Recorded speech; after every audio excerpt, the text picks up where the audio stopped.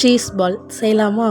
அதுக்கு வந்து ஃபஸ்ட்டு உருளைக்கிழங்கு நல்லா க்ளீன் பண்ணிவிட்டு அதை வாஷ் பண்ணிவிட்டு கட் பண்ணி குக்கரில் சேர்த்து கொஞ்சம் பெருங்காயத்தோடு போட்டு வேக வச்சுக்கோங்க.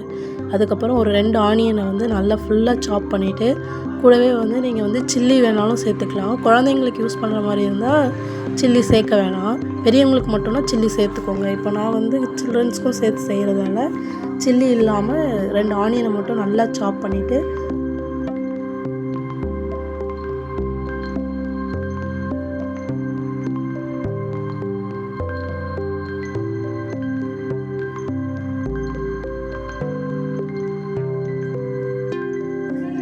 எக்கில் கொஞ்சம் சால்ட் போட்டு அதை நல்லா பீட் பண்ணி வச்சுக்கோங்க.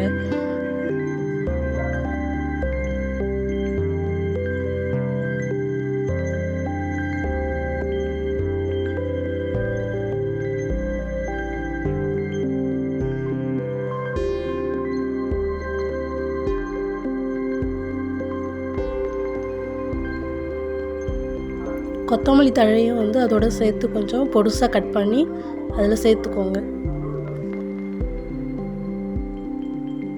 ஒரு 3 லேஸ் பாக்கெட்டில் இருக்கிற சிப்ஸை எடுத்து நல்லா இந்த மாதிரி நொறுக்கி வச்சுக்கோங்க. இது லேஸும் யூஸ் பண்ணலாம், அப்படி இல்லைனா பிரெட் கிரம்ஸ் இருந்தாலும் யூஸ் பண்ணலாம், இல்லைனா ரஸ்க் இருந்தாலும் அதையும் யூஸ் பண்ணலாம். இப்போ நான் டிஃப்ரெண்ட்டாக ட்ரை பண்ணலான்ட்டு லேஸில் ட்ரை பண்ணியிருக்கோம். அதை நல்லா பொடிசாக குத்துற கல் இருந்துச்சு, அப்படி இல்லைனா மிக்சியில் போட்டு கூட ஒரே ஒரு பல்ஸ் மோடில் எடுத்துக்கோங்க.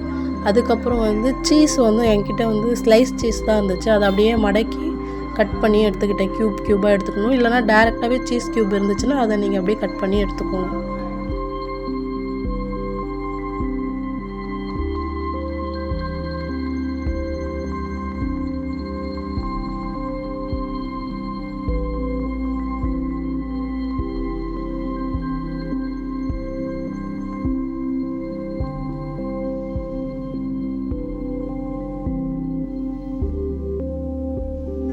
வேக வச்ச உருளைக்கிழங்கை கொஞ்சம் எடுத்து அதை இந்த இஞ்சி பூண்டு இடிக்கிற கல் இருக்கு இல்லைங்களா, அதுலேயே நல்லா மசிச்சு விட்டுடலாம். அப்படி இல்லைனா கையாலையும் பிசைஞ்சிடலாம். பிசைஞ்சிட்டு அதில் தேவையான அளவுக்கு சால்ட் சேர்த்துக்கோங்க, கொஞ்சம் பெப்பர் தூள் போட்டுக்கோங்க. அதுக்கப்புறமா அதில் சாப் பண்ணி வச்சுருக்கிற ஆனியன், அதுக்கப்புறம் அந்த கொத்தமல்லி தழை, சில்லியும் சேர்த்து நல்லா அதை அதோட மிக்ஸ் பண்ணிக்கோங்க.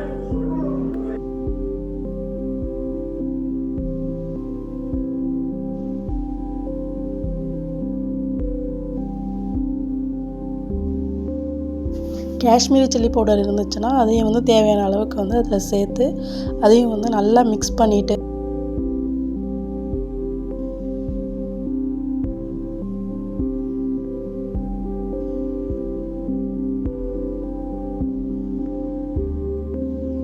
அதை இப்போ நான் இதில் பிக்சரில் காமிக்கிற மாதிரி பால்ஸாக உருட்டி எடுத்துக்கோங்க. தேவையான அளவுக்கு சைஸ் பார்த்து உருட்டிக்கோங்க. இப்போ ஒரு பாலுக்கும் நடுவுலையும் ஒரு சீஸ் க்யூப்பை உள்ளே வச்சுட்டு அதுக்கப்புறம் மறுபடியும் அதை நல்லா ரோல் பண்ணிக்கோங்க.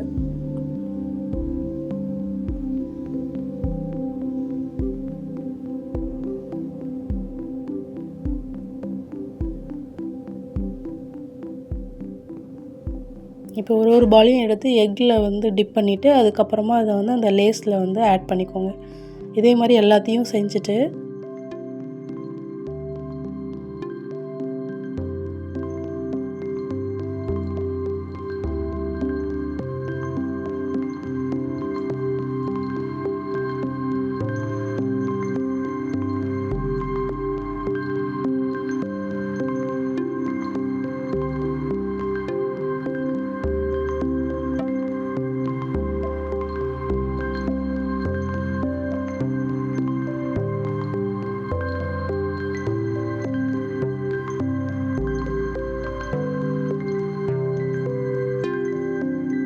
பேனில் ஆயில் சேர்த்துக்கோங்க. ஆயில் நல்லா சூடானதும் அதை மீடியம் ஃப்ளேமில் வச்சுக்கோங்க. மீடியம் ஃப்ளேம்லேயே வச்சு ஒரு பால்ஸையும் சேர்த்து அது எல்லாமே பொன்னிறமாக ஆகிற அளவுக்கு ஆனதும் எடுத்துருங்க.